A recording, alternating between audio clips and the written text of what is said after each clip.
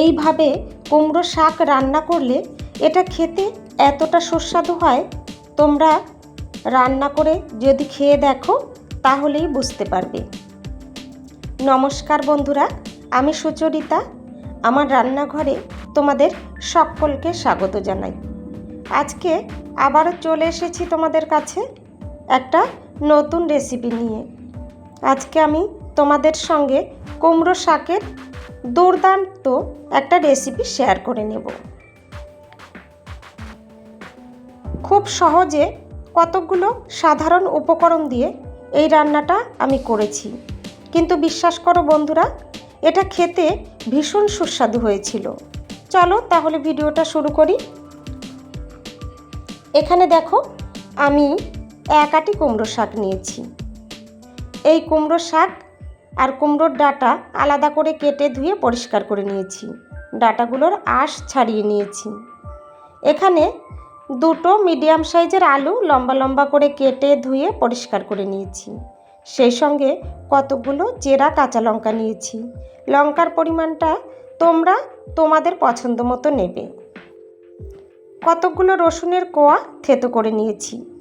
এখন চলে এসেছি গ্যাস ওভেনের কাছে। গ্যাস ওভেন অন করে একটা কড়াই বসিয়ে দিয়েছি।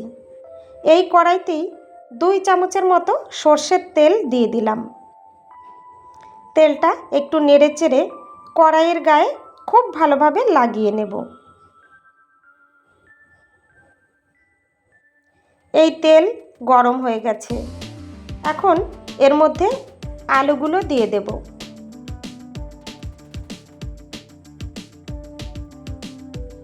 এখানে আলুগুলো দিয়ে দিলাম। মিডিয়াম ফ্লেমে 2 মিনিটের মতো আলুগুলো ভেজে নেব। তোমরা যে সমস্ত বন্ধুরা এই ভিডিওটা দেখা শুরু করেছো অথচ একটা লাইক দিতে ভুলে গেছো, তোমাদের কাছে অনুরোধ রইল, প্লিজ একটা লাইক দিয়ে ভিডিওটা কন্টিনিউ করো তোমরা। আলুগুলো 2 মিনিটের মতো ভেজে নিয়ে এর মধ্যে কুমড়োর ডাঁটাগুলো দিয়ে দিয়েছি। ডাঁটাগুলো আলুর সঙ্গে কিছুক্ষণ ভেজে নেব।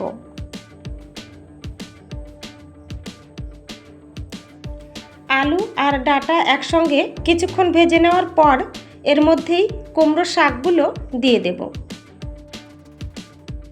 এখানে কুমড়ো শাকগুলো দিয়ে দিলাম। কুমড়ো শাক দেওয়ার পর এর মধ্যে স্বাদ মতো লবণ দিয়ে দেব। এখানে স্বাদ মতো লবণ দিয়ে দিলাম আর একটু হলুদ গুঁড়ো দিয়ে দিলাম।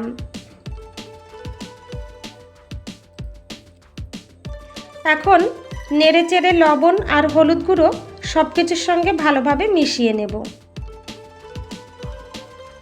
গ্যাসের ফ্লেম বাড়িয়ে দিয়ে 2 মিনিটের মতো রান্না করে নেব। আমার এই রেসিপিটা যদি তোমাদের কাছে ভালো লাগে বন্ধুরা, তাহলে একটা লাইক দিয়ে ভিডিওটা শেষ পর্যন্ত দেখো তোমরা। এখানে সব কিছু একসঙ্গে 2 মিনিটের মতো ভেজে নিয়েছি। এখন এর মধ্যে একটু জল দিয়ে দেব।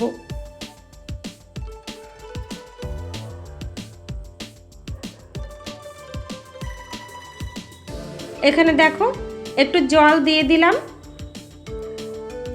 জল দিয়ে একটু নেড়ে চেড়ে নেব। জলের সঙ্গে সব কিছু ভালোভাবে মিশিয়ে নেব। এখন ঢাকনা দিয়ে ঢেকে দিলাম। ঢাকনা দিয়ে ঢেকে মিডিয়াম ফ্লেমে 5-6 মিনিটের মতো রান্না করে নিয়েছি।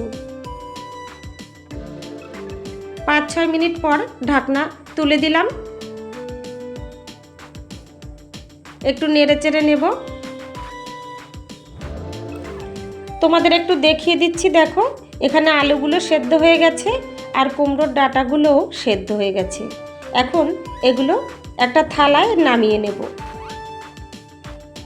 এখানে একটা থালা নিয়েছি, থালার মধ্যে নামিয়ে নিলাম। ওই কড়াইটা পরিষ্কার করে আবার গ্যাস ওভেনে বসিয়ে দেব।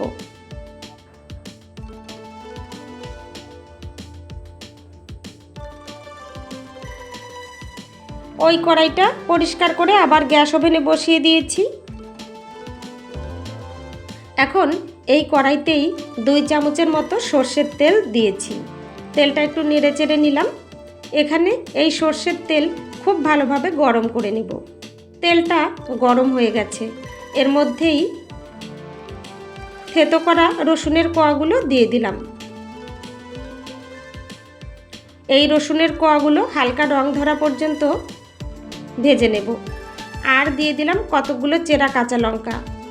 তোমাদের প্রথমেই বলেছি লঙ্কার পরিমাণটা তোমরা তোমাদের পছন্দ মতো দেবে। যেমন ঝাল খেতে পছন্দ করো সেই হিসাবেই লঙ্কা দেবে। মিডিয়াম ফ্লেমে রসুনের কোয়া আর কাঁচা লঙ্কা এখানে আমি কিছুক্ষণ ভেজে নিয়েছি। এখন এর মধ্যে রান্না করে নামিয়ে রাখা আলু আর কুমড়োর শাকটা দিয়ে দেব। দেখো দিয়ে দিলাম।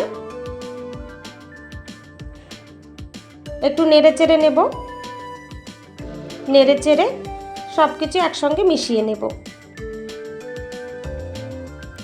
এইভাবে কুমড়ো শাকটা যদি তোমরা রান্না করে না খেয়ে থাকো বন্ধুরা, তাহলে তোমাদের বলবো অবশ্যই একবার রান্না করে খেয়ে দেখো। খেতে কিন্তু দারুণ লাগে। এখন ঢাকনা দিয়ে ঢেকে 2-3 মিনিটের মতো রান্না করে নিয়েছি। 2-3 মিনিট পর ঢাকনা তুলে দিলাম। একটু নেড়ে চেড়ে নেব। এখানে রান্নাটা আমার রেডি হয়ে গেছে। আর মিনিট খানেক রান্না করে নিয়ে নামিয়ে নেব।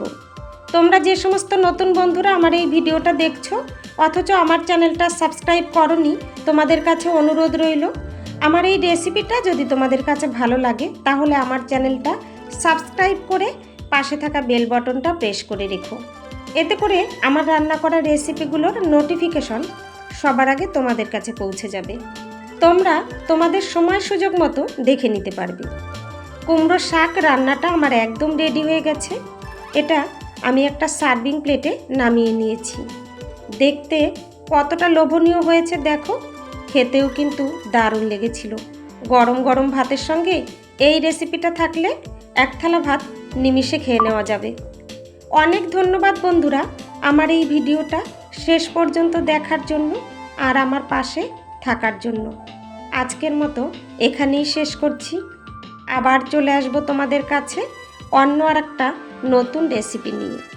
ততক্ষণের জন্য তোমরা সবাই ভালো থেকো, সুস্থ থেকো।